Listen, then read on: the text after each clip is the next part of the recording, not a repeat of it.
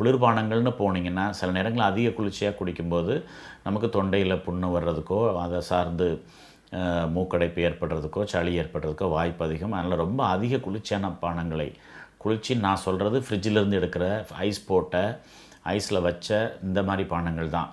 அதுக்காக உடனே நம்ம சென்னையில் ஒரு பரவலாக ஒரு பழக்கம் இருக்குது, குளிர்காய்கள்னால் உடனே அது என்ன அவரைக்காய், பாவக்காய், பீன்ஸு அல்லது சவ் அந்த மாதிரி காய்கள்லாம் வந்து நீர்க்காய்கள்னு ஒரு தவறான எண்ணத்தில் இருக்கீங்க. எந்த காயும் நமக்கு நேரடியாக சாப்பிடும்போது கேடு தரப்போகிறதில்ல. ஒருவேளை அப்படி பச்சையாக சாப்பிட்றது பிடிக்கலன்னா அதை வேக வச்சு சாப்பிட்டா அந்த காயில் உள்ள சத்துக்கள் நமக்கு கிடைக்கும். அதனால் நீர்க்காய்கள்னு சொன்னால் அந்த தவிர்க்கிற காய்களை பற்றி நான் பேசலை, ரோட்டோரமாக பச்சையாக சாப்பிட்றதுக்கு விற்கிற காய்கறிகளை பற்றி பேசிகிட்டு இருக்கிறேன்.